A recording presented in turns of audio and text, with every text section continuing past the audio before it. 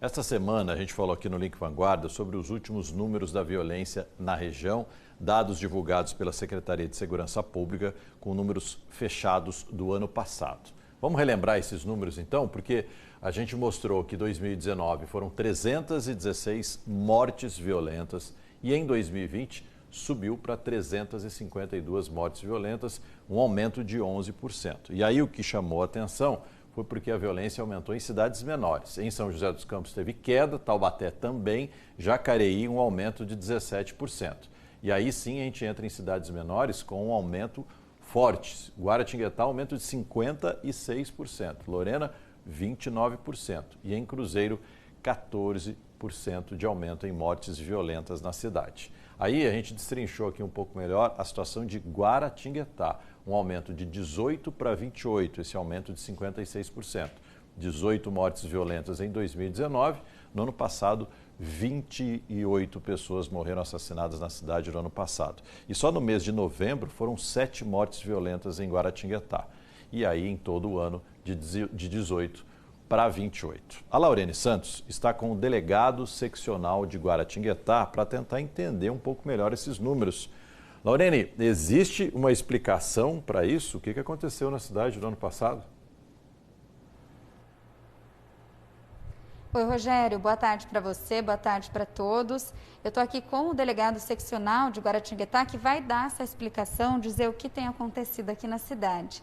Então, doutor Márcio, esse aumento em números de vítimas de homicídio, tem alguma explicação? O que houve aqui no município no ano passado? Boa tarde. Boa tarde, Lorena, boa tarde, Rogério, Águida. Sempre um prazer conversar com vocês. De fato, houve um aumento nos crimes de homicídio. E não foi privilégio nosso aqui, né? Houve esse aumento em todo o estado. Algumas cidades mais, outras menos, e algumas até conseguiram diminuir. Os crimes contra o patrimônio nessa época de pandemia tiveram uma drástica redução, mas os crimes de homicídio, sim, tiveram um aumento, principalmente nas cidades de médio porte, como Guaratinguetá, Lorena, Caçapava, outras cidades desse mesmo porte. O tráfico de entorpecentes está diretamente e indiretamente relacionado a essas mortes. As investigações nos revelaram isso com muita clareza ao longo dos últimos anos e não foi diferente no ano de 2019 para 2020. Dá para dizer que o tráfico de drogas hoje é o maior motivo dessas mortes, desses dados que a gente vem acompanhando? Sem dúvida nenhuma. Sem dúvida nenhuma. A grande maioria dos homicídios está diretamente relacionada ao tráfico.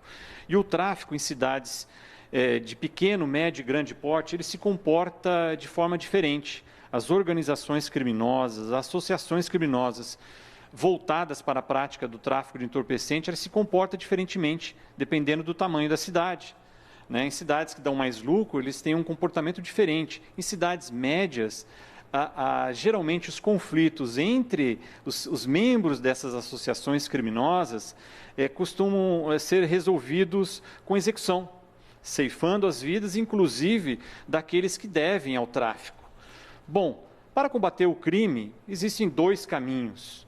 Sem dúvida nenhuma, o caminho mais longo, é o mais difícil, é o investimento maciço, abrangente em educação, diminuindo aí o consumo. O consumo de droga vem aumentando e a culpa é da sociedade, sem dúvida nenhuma. Mas o outro caminho que nos chama atenção também e o que faz aumentar os crimes, principalmente esses crimes mais graves, é a sensação de impunidade. Beccaria, um dos maiores pensadores do direito, dos delitos, ele afirmava que muito mais importante do que a qualidade ou a própria punição é a certeza da condenação. A impunidade, essa sensação de impunidade que o criminoso tem, é que o leva a cometer crimes cada vez mais e a reincidir neles. Então, a curto e médio prazo, o que se tem que fazer para acabar com essa sensação de impunidade? É um investimento forte, um olhar diferente dos nossos governantes e dos nossos legisladores para fortalecimento da polícia investigativa, aquela que vai colher a prova, vai instruir o inquérito policial e vai levar ao judiciário para que ele possa condenar. Então, nós precisamos de um investimento forte na polícia investigativa, na polícia civil. Quer dizer, infelizmente, é o trabalho de todos, né? Começa na sociedade, nos governantes e no trabalho da polícia que é investigar. São vários motivos que acabam afetando a criminalidade, né? Mas um deles que nós precisamos urgentemente modificar é o investimento na polícia civil, a valorização do policial. Aqui no estado de São Paulo, por exemplo, o estado mais rico da nação, precisa valorizar o ser humano, o policial. Atrás de um computador com uma arma, dirigindo uma viatura e investigando, é um policial, um ser humano. E aqui no estado de São Paulo, confiamos inclusive na palavra do governador e esperamos que até o final do seu governo, os policiais do estado de São Paulo acabem recebendo, sendo valorizados, principalmente nessa questão salarial, não amargando o último lugar do país no salário. Tá ótimo, doutor. Muito obrigada pelas explicações. Muito obrigado. Muito importante a gente ouvir esse lado também, com vocês no estúdio. Obrigado, Lorene, falando ao vivo de Guaratinguetá.